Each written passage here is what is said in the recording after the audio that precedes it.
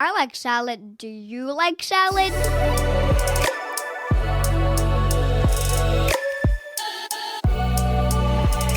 Welcome to Canadian Salad, a fun, factual, and friendly podcast about culture and integration in Canada.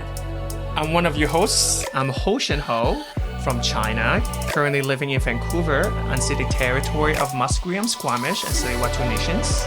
And I'm your other host, Andrea McCoy, an immigrant from the United States, and broadcasting you from the unceded traditional territory of the Lekwungen people, the Songhees and Esquimalt First Nations.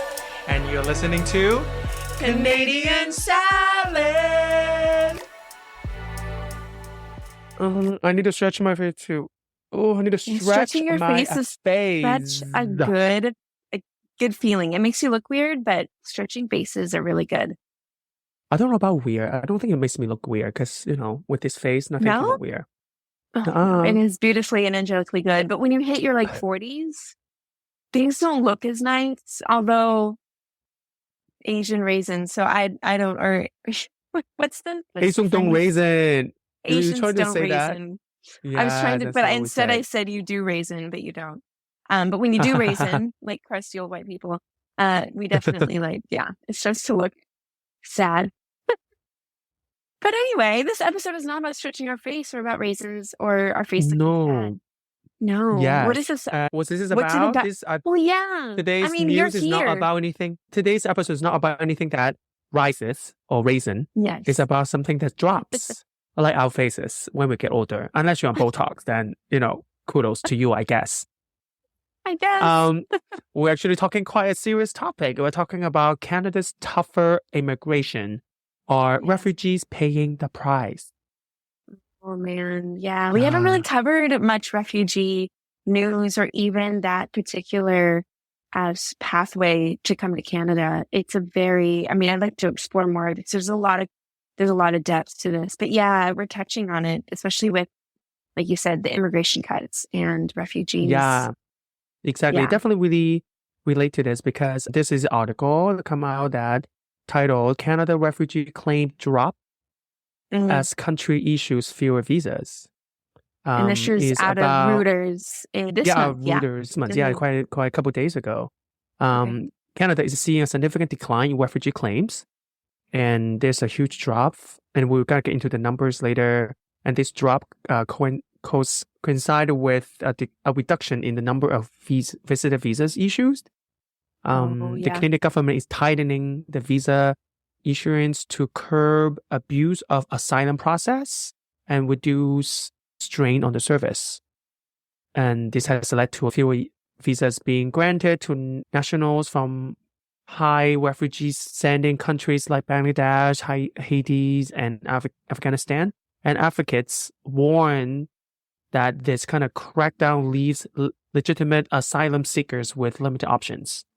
Because people who needs to flee will have to flee with or without visa. And when people are cornered, they will do anything. Of course. So we're gonna get into that. It's heavy. We'll add some lightness in it. We'll try. We will try to add some lightness to it. Obviously, we'll try some appropriate lightness. Yes. So, how are you feeling about that news, Andrea? I feel like refugees are always paying the price for decisions that are made, whether that's refugee numbers are high, or at least maybe the targets are high in Canada, because the honest reality is that as much as there have been a larger amounts of visas and pathways for refugees to come, and even though those cuts are happening, when I started working in the refugee world here, refugee sponsorship, both government sponsored and private sponsored, refugees, IRCC, the ministry was always understaffed. The wait times were astronomically long, especially for African countries. For Ukrainian refugees, that was definitely not the case. So, but any decision that IRCC has made, whether it's pro bringing in people or not bringing in people, refugees are always the ones that pay the price. Because whether they're going to be waiting for years on end, 13 years, 15 years in a refugee camp to get their application approved, or whether it's, I had an application in and that's not going to go through now because Canada decided to cap how many refugees they're bringing in. it's always someone's life that's paying the price. Yeah. And this is what's frustrating, because as much as Canada has done, and Canada has done a lot in refugee sponsorship, it's a global model. At the same time, it's also done a lot that hasn't helped refugees. It hasn't, it's hindered global things. So that's how I feel. I feel like refugees they're always the ones paying the price out of this. And it's devastating because the injustice is it's just unending. It just keeps going. Yeah. And we're I want to like, echo on that. oh, well. Yeah. Yeah. I remember I read an article saying that Canada is one of the, I think if not the highest, had the highest ratio of taking in refugees compared to its population size. I believe is the top. Yeah, I think it's like per capita that the refugee number that they take in is like, if not the highest, it's like number 2 or number 3. So Canada, that means until this point has been like a global leader in terms of taking in refugees and taking care of like global citizens and upholding its reputation of being a safe haven, and which is great. And to be honest, sometimes you also need it because Canada has a country with tiny little population, and we have discussed this in many episodes that Canada needs people. Like really, that's just a fact. So no matter how much haters out there hating on refugees, I am sorry, you need refugees for things to run. I saw this video, I think it's Germany though, actually, that video made in Germany that different industry of like, I don't know, in a hospital or in a restaurant, immigrants leave the picture how many people actually left. And actually more than half of every essential services you go to actually run by immigrants. Exactly. And a lot of them are refugees, obviously, especially after the data I just mentioned that Canada took in one of the highest refugee number compared to its population. So many of these people who serves you. Were refugees. I met a police officer, Victoria police officer, was having a chat with her. And she was like, we need immigrants. We need refugees. What's wrong with Canada? Why are we like making all these cuts? Because she was surprised that the agency that I volunteer for was having all these cuts. And I'm like, even a police officer is affirming me? Well, this is a good day. You know what I mean? When law enforcement can affirm like the immigration, like refugee, like this is who we are as Canadians, that says something. I'm just saying. Yeah. I mean, another to see another perspectives though, that like Canada is also very implicit in terms of this stable displacement, kind of the disruption, displacement, even of refugees. Yeah. Definitely Canada in many ways is implicit in that. Contributes to that issue because not to mention, first, we send weapons to many places, obviously. And not to mention of colonization, which we still doing that. Canada also has a lot of power overseas, influencing people's countries' politics by voting in UN voting. Remember at the beginning of the UN trying to like a court case against Israel? At the beginning, Canada was not supporting of it. That is also another example how Canada is not helping. In many ways, contributes to world displacements in many ways. Right. Which is in largely part because of our allyship with the United States. I feel like the United States is the leader, and its little buddies, i.e. Canada, comes along and says, okay, we'll go too. And that's been the trend since definitely like the 90s with the Iraq war. In many ways, taking in refugee, we had that responsibility because we are part of the problem why refugee exists. Because we are part of the reason why there's so many refugees out in the world. Right. So it's also, and it also is ethic. It just, why not? If we have the space, we have the ability, and we need immigrants anyway, why not? And this is another thing. If you have so many bedrooms in your house, why not taking in someone to help around the house? Right. Exactly. That's in general just the right thing to do. So that's what we're going to get into today. So of course, we're going to provide context. We're going to provide some discussions. Lots of data. Data. We're going to talk about data. Talk about what how the issue is. Why tightening visitor visas also hurts the refugees number. First, to provide some data, some trends. Statistic Canada reports that in July 2023, approximately 19,600 refugee claims were filed, compared to just under 12,000 by January 2025. That is 19,600 to 12. So 4,600 And that's claims. filed. That's not necessarily people came. Yeah. That's just filed. Just So claims. Just refugee claims. Just to distinguish to listeners, because I think people hear numbers like, oh, that's how many people came. Oh, yeah. No. There's the filing, and then there's the process of reviewing that file. And actually granting them that kind of visa. Exactly. And Exactly. to come in. Yes. And according another status to stats to give out there to provide context, according to Immigration, Refugees and Citizenship Canada, IRCC, which we also mentioned many times, in 2024, Canada issued 1.5 million visitor visas, which is down from 1.8 million in 2023. So in 1 year, we dropped 0.3 million visas. So 0.3 million less people came in Canada in general. Right. Yeah, visitor visas. This marks a notable decrease, obviously, in visitor visas, particularly from countries that have traditionally contributed a large share of asylum seekers, including Bangladesh, Haiti, Afghanistan, and Nigeria.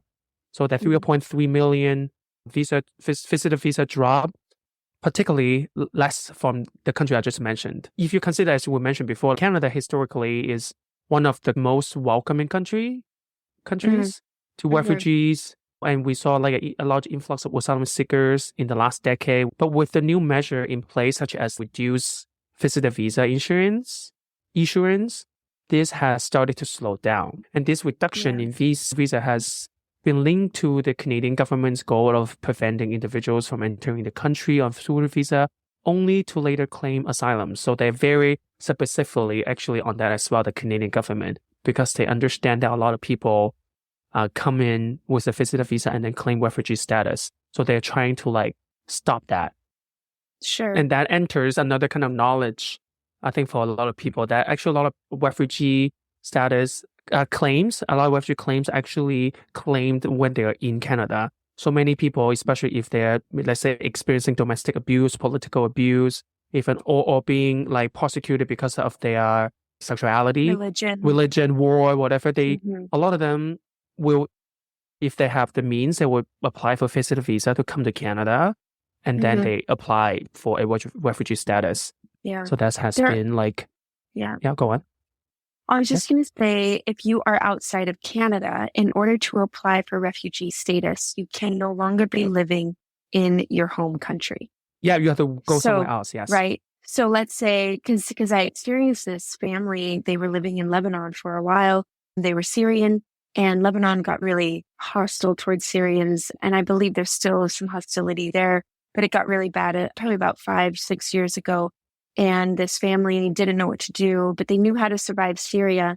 So they went back, even though they had a refugee application in, and IRCC denied their application because they moved back to their country of origin. So I think people need to understand too, because we've gotten negative comments about refugees on our social medias, and there's a lot of tropes and misconceptions about refugees, but really your country of origin has to be recognized by the United Nations as a refugee state, as a state of displacement, war, persecution, famine, whatever it is. Without that declaration, you cannot apply as a refugee. You might be persecuted for your sexual identity. Let's say it's Uganda, but Uganda isn't recognized by the United Nations or by a governing body to say that's a refugee state. That's a state that's displaced, that can no longer, people are not safe. Therefore, any Ugandan person can apply as a refugee. So it makes sense that if people are looking for refuge and they do it, quote unquote, somewhat the legal way, they're coming as a visitor, but I can see the desperation. I think that compassion it's understood that of course you would try to find any way to get to safety. I would too. If my life, my family's life, my son, I would try to do whatever I could. So it makes sense to me. Does it make it right or wrong? I don't know if that's the right question, to be quite honest, but that's really philosophical. We don't have to go there. Yeah, it's very philosophical. But I personally also work I used to volunteer for tent They are a kind of like an organization that work with a lot of refugees. So it's like a mentorship. They're like the middle person who connects people for the mentorship. So the refugee here who have someone to mentor them to go to settle down in a new city. So I was lucky to be a mentor for 2 different refugees because I'm queer. Both of them are queer refugees. One from Turkey, one from Jamaica. They both were prosecuted because of their sexual orientation, and they eventually got their refugee status here. First, a lot of people, you have to understand, a lot of people do not want to leave home. Leaving home means they have to say goodbye to their family, and sometimes their family may be still in danger. Depends what kind of refugee status. Yeah, they have to. I think people just like to dehumanize refugee and only focus on the part that they are here. I don't know, whatever they think. Actually, I don't know what they're thinking. Somehow they can easily dehumanize a refugee, knowing that they have to abandon everything they know, everything they have back at home, and just forcibly leave home just to survive. Somehow, some people think that is like a fun thing for them to do, or like an easy decision to make. That is crazy to me.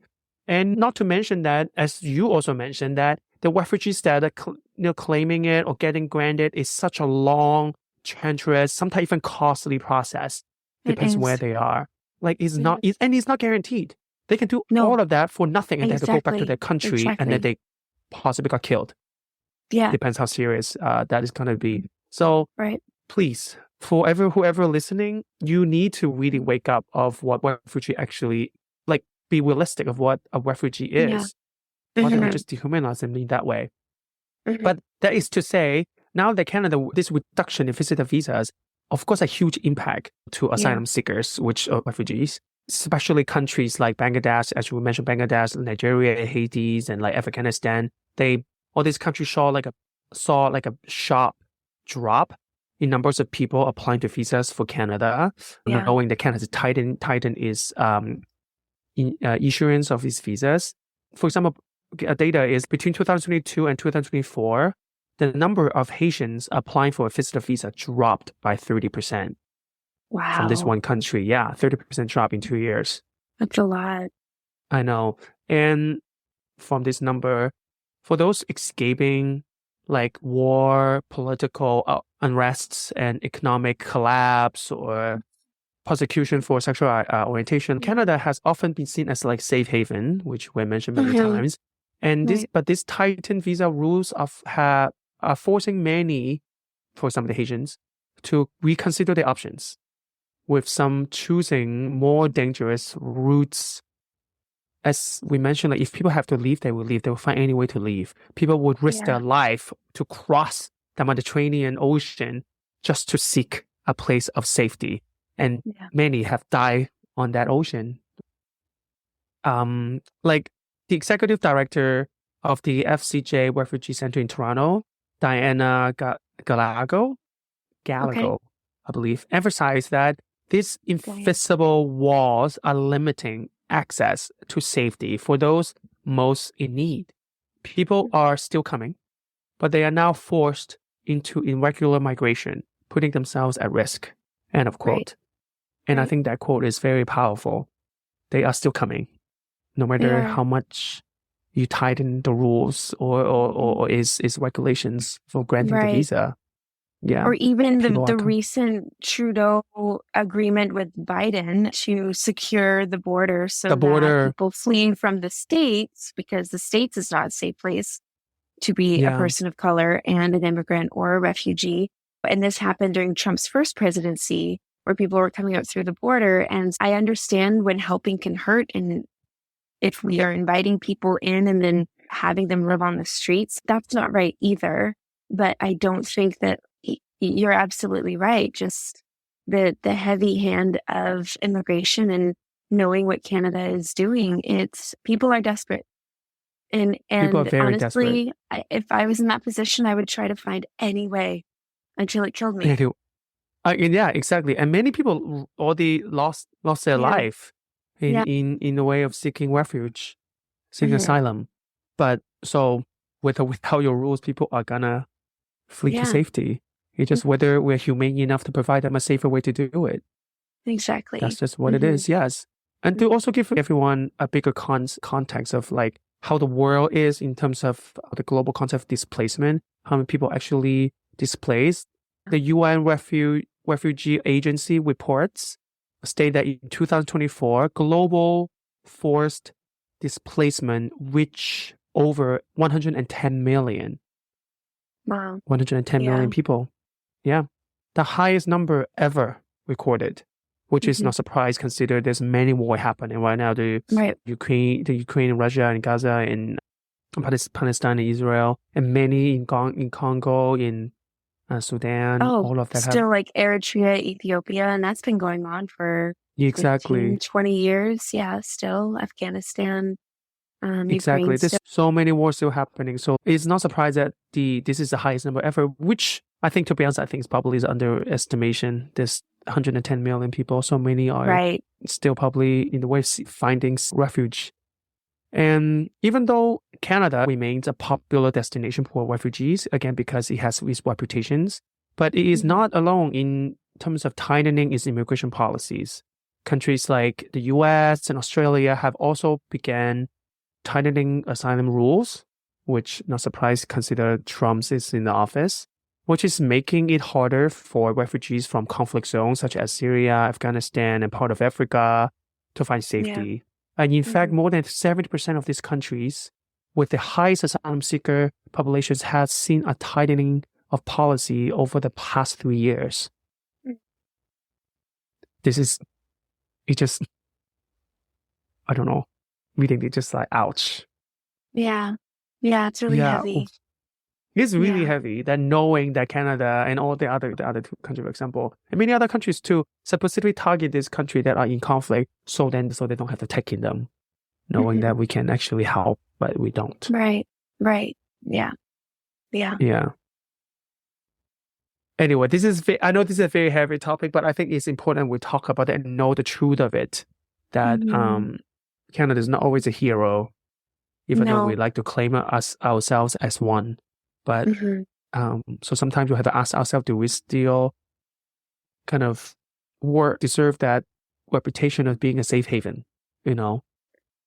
It's a good question. I feel like there's a whole episode. And I will say, in meeting, I met so many people. I recall 2 conversations. One gentleman from what he was from, I always don't know why I mix up these words, but it was the Dominican Republic of the Congo. Am I saying that right? Yeah. So he was a cardiologist, doctor. Okay. And I remember sitting down with him, and the only job he could find in Canada, he knew French, he knew English, like he probably knew other languages, like just brilliant person. The only job he could find with his degree was like working in like a nursing home.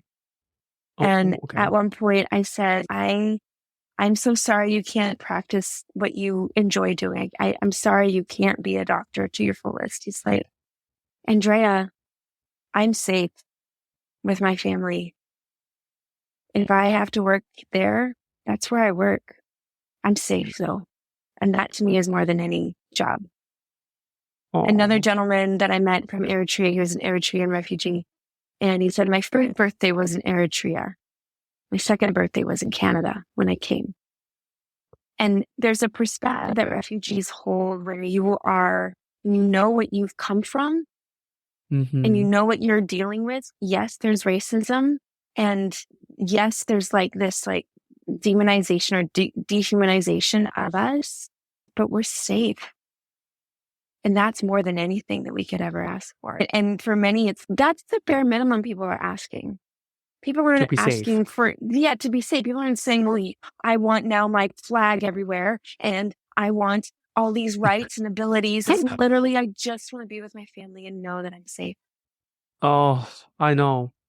Yeah. One of the guys that I mentored who's from Turkey, who actually fled here because he's gay. He said when he's Turkey, he's being persecuted because he was like running the first or the only, I forgot, queer magazines like underground, like because he wanted to like people to find communities. Yeah, and because his dad, of course, he got prosecuted, so he had to flee. And he also said that he is happy to be here because of course Canada is celebrates his sexuality. But the only thing is, before when he was gay being Turkey, he found that his sexuality gave him a purpose, a higher purpose. That's why he's doing all of that. But now in here, everyone is free and everything. He only feel something. He had this guilt always carry around him because he knows so many friends of his does not enjoy the kind of freedom he does, and he's still like tell me that he still carries that guilt. And of course, the guilt of seeing family is very difficult now. Oh, that's a huge component of coming to Canada, knowing your family may or may not live the next day, and that survivor guilt, or that I'm here and I can go grocery shopping and choose whatever I want for dinner while my auntie or my brother, who knows if they'll be safe. It is the two worlds that our friends from Syria talked about. It's a lot to balance. Yeah. I know when you go out there and work and bring your friends and you're just being like a normal human being, being happy, enjoying life. But then when you are like alone or like with Skyping your friends and family, you have this another side of you. Just like floods like a floodgate. Just I think that's living in two worlds. I think people don't usually think about that when we think about refugees. And to continue to sum up actually to my point about this visa reductions, of course people still have to go somewhere, right? The Refugee Council predicts that as Canada and other developed countries reduce their asylum quotas, refugees will likely find themselves migrating to countries with fewer resources, where the risk of exploitation, abuse, and detention are higher. And in fact, asylum applications in countries like Mexico and Colombia have surged as people seeking alternate routes. So that's something there too, because for example, Mexico and Colombia also had less experiences in the sense of taking refugees resources as well. And US and Australia and Canada has long been like a refugee kind of destination. So they have also experienced resources for that to happen, and they have more, I would say maybe probably, more system in place to taking refugees, while Mexico and Colombia might not necessarily be the case. Sure. And then, I mean, we could talk too about how Canada needs to get rid of its detention centers for asylum seekers. I know. Because Canada has that too. Yeah. I know. Actually, a lot of countries has that. There's another, that can be a topic itself, because many countries have detention centers. I mean, it is like, even like Mexico and Colombia have detention centers. Have a lot of countries, like a lot of Middle East, like even remember we talked about, I think it was Gaza, and then a lot of them fled to Egypt. Jordan, is it? Egypt? Egypt, and they also detention center or asylum camps, they call it. Right. Because you're a stateless person. If you don't have your paperwork, then you don't have really any kind of way. Which again comes back to these arbitrary borders that we drew up and said, "Well, there's an invisible line in the sand, and that's not your country." It's just like, so it exaggerates these issues and these problems, and we're no longer seeing people for people. We're seeing them as, well, because you live on this invisible line, therefore you are that, and I am this, and therefore that prohibits me from being a human to you. And it's our team, your team, my team, your team. And it's killing people. I agree. Yeah. So to sum up, we want to end on a higher note. What is the path forward? What can we do? Is Canada's tightening of its visa and asylum policies the right approach to managing migration in a post kind of pandemic world, or does it put vulnerable population at greater risk now that it's tightening it? Canada has long been seen as a model for welcoming refugees, but is this sustainable, do you think, in the face of rising global displacement? Should we continue to welcome more refugees? Is this model sustainable for Canada, or reducing it at the end of the day is more sustainable for the country itself for growth? To be honest, I don't have an answer. So I actually look into the data to whether actually there's any poll. Does the data have the answer? Okay. The data kind of have the answer. Well, the people have spoken. How about that? The people have spoken. Power to the people. Yes. Yes. According to a 2024, actually, when I read that poll, I was a bit scared. What if they say no? What if they think like refugees should get out of this country? I was worried about the poll. But anyway, listen to the poll. According to a 2024 poll, which is recent, by Agnes Reed Institute. Yes. Remember we mentioned the institute many times. They good old Agnes great Reed. research. Yeah. They do lots of stuff. And as we please Love them. everyone, if you're like bored, go to their Sponsor website and us. just look at researches. Because they have Totally. really fun, a lot of amazing research. This Mhm. institute, they have a poll. 60% of Canadians support stronger immigration controls. They think Right. there should be more Mhm. rules and policies in place to make sure the right people comes in. But 70% also believe the country should provide refuge for people fleeing war and persecution. Well, that's hopeful. Thank you for That's that. hopeful. Yeah, that's why I said we end on a high note, because I want to end on this research. 70% of Canada believe the country should take in people who are Wow. fleeing war and persecution. Wow. So majority of the country or Canadian do believe that we should continue to be a welcome Yeah. place for refugees. Yeah.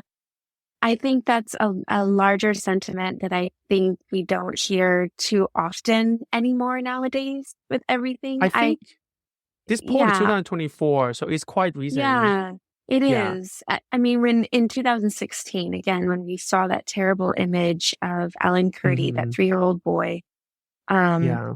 I remember hearing that locally, Victoria, the Anglican diocese that has a refugee sponsorship program, there was a line around the building of people waiting for that office to open because people here wanted to help. Yeah. Like that image, I don't know about the United States, but I know for Canada, that was like this big wake up call, and people were, Canada needs to do something. We need to do something. And Yeah. all of a sudden you saw just this outpouring. And I remember even hearing Minister Mark Miller that the last time that the government worked together, well, before COVID, was during the Syrian refugee crisis. Mhm. Because all ministries across the nation mutually believed that it was the right thing to do to help people. And It is the we've right lost, thing to do. Yeah. So I think Oh my it's God, I'm gonna there. cry. Whew. I think it's there. Yeah. I think it's I still think- in us. I think the thing is, I think we do this podcast, of course, we voice a lot of issues. One is not an Yeah. issue. If it is good, we're not going to talk about it, obviously, because it's good and Yeah. you should be there. Yeah. I don't know why I'm getting emotional. Oh my God. But Oh, so I shit. think sometimes we maybe too focus on issues that we talk about that we need to resolve. So maybe we had this Mhm. image of this, there's so many wrong about this war. And there's a lot of things. Like, I mean, there's still so many wars Yeah. happening. Many people being exploited and your children being forced to work and people being discriminated just because they like, the same sex. Many things still wrong about Yeah. this world. And then Trump is in the office, so wrong. Yeah. But I think sometimes you have to understand that there's also good. I mean, we Mhm. never know. There's no poll there. Agnes Reed did not put our poll to survey every single people in the world to give us the data of whether there's more good people in the world or more bad people in the world. But sometimes we just Yeah. have to naively believe that Mhm. there's more good people in the world so we can sleep at night. Yeah. Yeah. And to be honest, this absolutely. data that I pull out give me this hope that, okay, there's, at least in Canada, there's some more good people. There are. You There know? are. They are. They I don't know don't have about a the megaphone. States. They don't have a in Canada. megaphone, but they're there. They're there. And that's what we have to hang on to and hold Yeah, on to. they're just louder Yeah. because they're crazy. And They're they just are. louder. And they're panicked and they're afraid. And those of Yeah. us who know who we are, know where we're going, and know what we want to do, we're about doing the work. And so we won't necessarily always grab the microphone because we've got to pull someone up and out of the ditch. I agree. You 'Cause know, we to be can't go honest, up when to the you're podium right, all the time. Yeah. yeah, when you know you're right, you don't like in an You argument. don't always so if draw I attention know- to it. Yeah. Yeah, if I know I'm 100% sure that I'm right, if in the Which is like argument I am not, 99.9% of the time. Oh shit. I am not the one who like, Yeah. what? No, you're crazy. You're wrong. I'm not the one who tells, Yeah. are you sure? Okay, Yeah. if you insist. Usually Right. just because I know I'm right. I don't need to Yeah. be like so dramatic about it. Right. Right. And I think that's the undercurrent we have to remember, even in this. Even it is detestable, the hatred and the venom that refugees experience when they come here. And at the Mhm. same time, there is incredible generosity. There's incredible empathy and love for people because it's the right thing to do. And yeah, I think That's a good way to end this heavy episode. If I may, if you are listening and you are an adult and you have a child, and these issues matter to you, I highly recommend. It's called Lubna and Pebble. It's this book right Luna here. Pebble. Okay. Lubna and Pebble. It tells the story about Lubna being a refugee girl who ends up in a camp, and she finds this rock, and all of her family is gone except for her dad. And the rock becomes her friend, that she tells all of her secrets. And I won't give away all the rest of the book, but it's a really great book to spark dialogue with your kids about other children that are fleeing terrible situations and the joys and the ways in which people are surviving and making sense out of their very chaotic world. If you want a good cry, it's a good cry. So read it first before you read to your kid. They won't get the tears that you're feeling, but it's very powerful. So that's my little pitch. And I'll put the link in the show notes for sure. Thank you for that. That's so cute. Yeah. It was a birthday gift given to me, and I read it and I was just like sobbing. And I haven't pulled it out in a while, and I saw it. I'm like, yep, can't read this. I got to wait until we're off recording. But anyway, thank you, Hoshin, for doing the research and for bringing to light and to bringing to the conversation this very important, delicate, vulnerable, but hugely, massively needing attention issue. That's why we're here. So I am glad I can do something you did that it. I can do is talk about that. Yeah. You did. And that's the ripple effect, right? We have our microphone, and this is the platform where we get to do that. True. Are you ready for your Canadian salad pop quiz? I am very ready. Mr. 99.9%. I'm right all the time. I don't know about that. I think based on track record, I think right now you probably have more right answers than you. You really do. We'll see. I don't know. Okay. We'll see. Okay. All right. Am I going first or you? Yeah, please, you go first. Okay. So for those of you who have never listened to our podcast before, thank you. Welcome. We end every show with a Canadian salad pop quiz, and it is a fantabulous quiz where both of us ask each other questions we don't know the question or the answer to. So it's to provide some dramatique and some exciting elements to it. So my question to you is, Hoshin, how many refugees has Canada resettled since 1959? Oh my God, I just read that. Wait, I really just read that. Since Between 1959 to 2024. Actually, 2020. 59 to 2000. Ooh. 1959 and 2024. 2024. How many? Like in total through this year? Total. What's the total of that total lifespan. The total year span God. I just gave you. What's your guess? It has to be over 100,000. I know that. Okay, you're getting warm. I was like maybe 300,000. Would that be too much? Okay.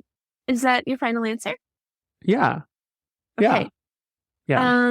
Womp womp. It's actually double and a bit more than that. So since 1959, Canada has resettled over 700,000 refugees from around the world. 700,000. Oh, wow. Which is, it is. That's 700,000 souls and people that needed to come, but it is still a very tiny, tiny drop in the bucket of 1.3 million or something you were saying. So anyway, so we can be thankful for the 700,000, and I hope Canada can resettle 700,000 more in the next 60 years. That's my hope. So, yeah, or more than that, or more.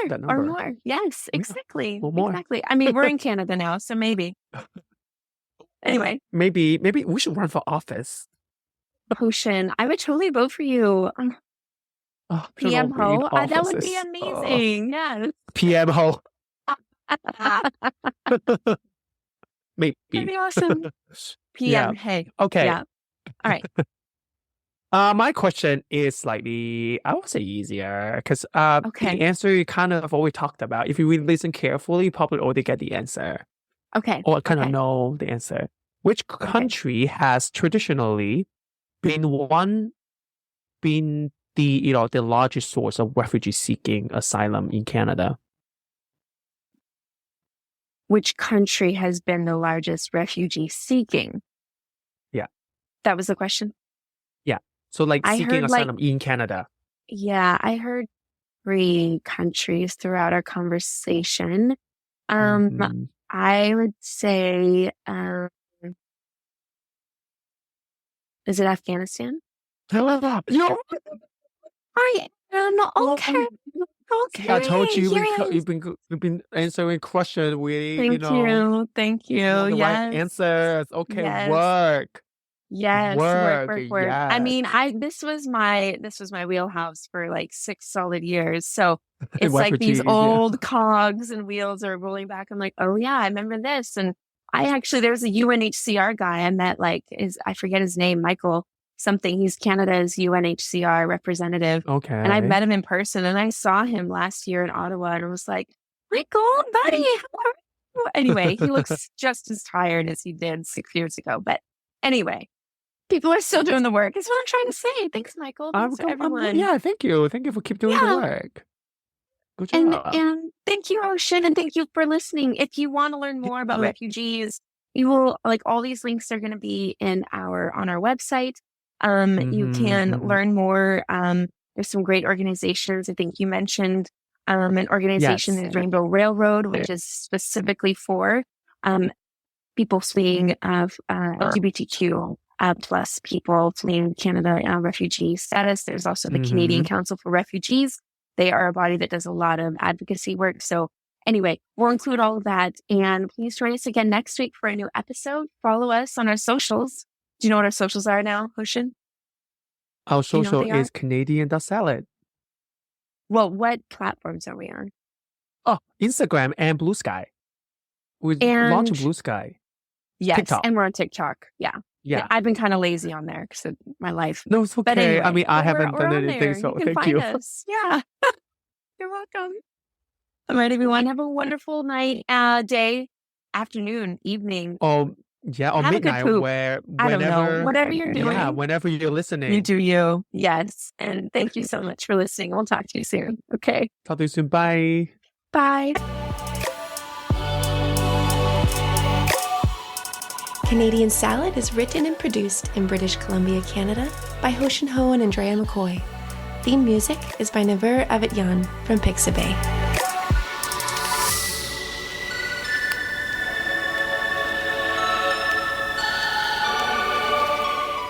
This has been a good Janklin production.